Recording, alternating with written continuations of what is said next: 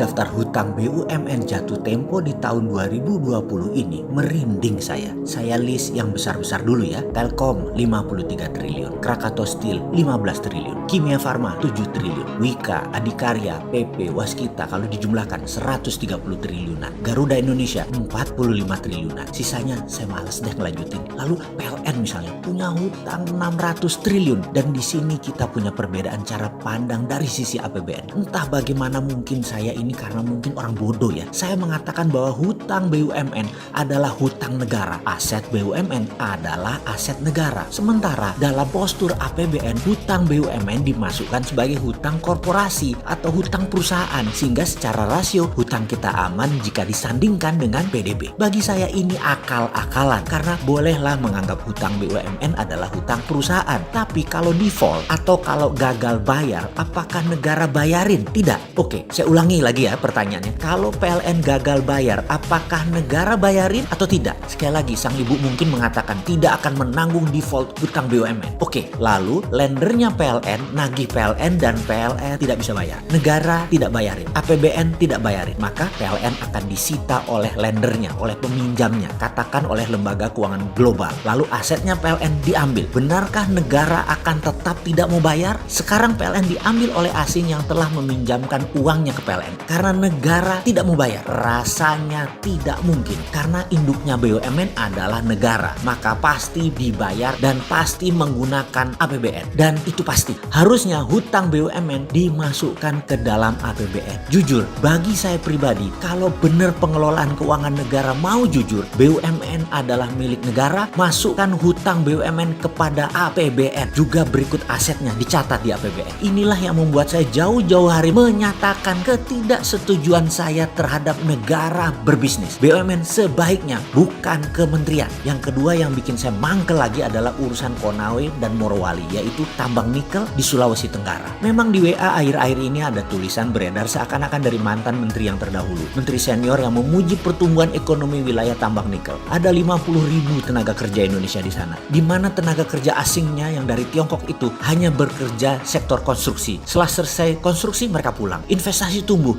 dan pendapatan daerah menjadi tumbuh luar biasa. Begitulah dia menulis. Tadinya saya mau diam aja, tapi kok sepertinya jadi kayak bener tindakan itu. Ya terpaksa kita buka-bukaan lagi. Pertama saya minta izin dulu ya. Urusan tambang jangan ragukan pengetahuan saya walaupun hanya sedikit. Namun dua perusahaan tambang saya yaitu CaOH 2 kali atau kalsium hydroxide dengan kapasitas 100 ton per hari adalah sebuah pengalaman panjang sejak tahun 1996. Kemudian pabrik litium kecil, belum skala komersial, namun cukup buat memahami apa itu dunia pertambangan, smelter, hingga proses pemurnian sampai finish produk. Pertanyaan pertama, apakah smelter nikel Konawe itu sampai pada tingkat finish produk atau hanya merupakan aktivitas untuk pembersihan impurity saja? Maksudnya bagaimana? Menurut saya smelter modelnya di NPI atau nickel pig iron itu akal-akalan Tiongkok. Itu mesin banci, bener, mesin banci, hanya membuang silikat dan unsur-unsur pengotor lainnya yang tidak memiliki nilai ekonomis. Namun nikel, fero, litium, kobalt dan mineral rare earth lainnya dalam fraksi yang sangat kecil tetap tidak terbuang. Ini terangkut, jadi masih terkandung di dalam logam raw nikel ini. Saya katakan raw atau mentah karena by all standar kadar nikel di dalam NPI ini sangat rendah jika kita menggunakan benchmark produk ferronikel sebagai standarnya. Sementara yang dibayar dari produk NPI nickel pig iron ini hanya percentage kandungan unsur nikelnya saja yang notabene kecil kandungannya. Sementara besi atau ferro yang menyertainya tidak dihargai walaupun persentase kandungannya sangat besar. Tentu saja mineral-mineral ikutan lainnya pasti tidak akan dihitung, termasuk juga mineral rare earth dijual dengan gratis. Dan inilah asli yang terjadi saat ini. Indonesia kehilangan sovereign asetnya kalau itu dilakukan. Oke, begini melihatnya lagi. Dan ini boleh tanya kepada seluruh ahli pertambangan mineral. Dalam setiap pemeriksaan dan analisis terkait isi atau konten mineral pada setiap laboratorium uji, katakanlah itu Sukovindo atau lembaga asing yang punya standar perhitungan atas isi kandungan material tadi, selalu dihitung berdasarkan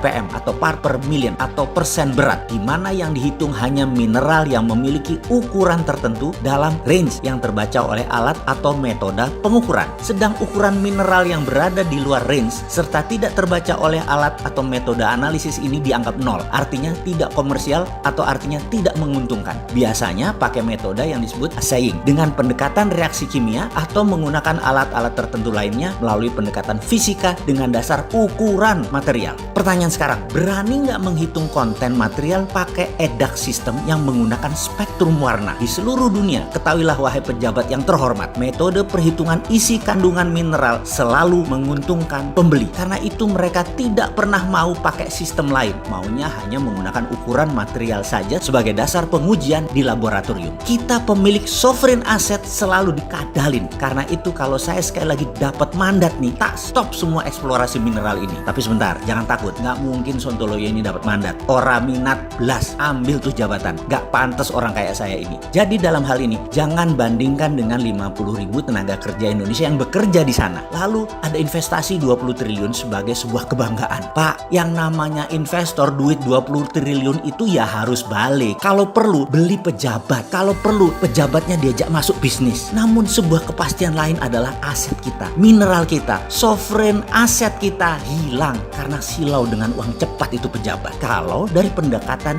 income statement sekarang, kehadiran investasi asing merupakan subjek pajak dan royalti terkesan sangat menjanjikan. Namun coba lihat dari kacamata lain, untuk setiap material seperti biji nikel laterite ini, jangan hanya dilihat dari komoditi dagang atau trade commodities. Coba lihat dari kacamata mineral strategis. Mineral strategis pendekatannya bukan komoditi dagang yang dicatat sebagai revenue dalam income statement negara, tapi dicatat sebagai sovereign asset yang ada di balance sheet negara. Kalau dicatat sebagai sovereign asset, manfaat nikel di Morowali dan Konawe bukan untuk 50.000 orang, tetapi buat 5 juta manusia Indonesia. Lupa, tapi pejabatnya yang jadi pengusaha nggak dapat apa-apa. Maaf, lanjut deh lo, monggo, kata dia. Ya mending buat 50.000 orang lalu dibungkus propaganda agar terlihat pahlawan. Walau aset hilang, kan rakyat nggak tahu apa-apa tentang sovereign asset ini. Rakyat toh masih bodoh. Bahkan dikasih duit 400.000 per hari untuk ngebuzzer yang kesannya beda dengan apa yang dijalankan pemerintah. Pokoknya serang, banyak yang mau. Sahabat, semoga informasi ini bisa dipahami. Sedikit kontribusi pemahaman pandangan dari sisi lain, sedikit kritis, tapi ada solusinya. Sungguh, sovereign asset itu adalah cikal bakal sovereign wealth fund yang harusnya negara mainkan di tengah pandemi ini, bukan malah menyetujui undang-undang minerba yang baru yang kemudian membuat sovereign asset kita hilang selamanya.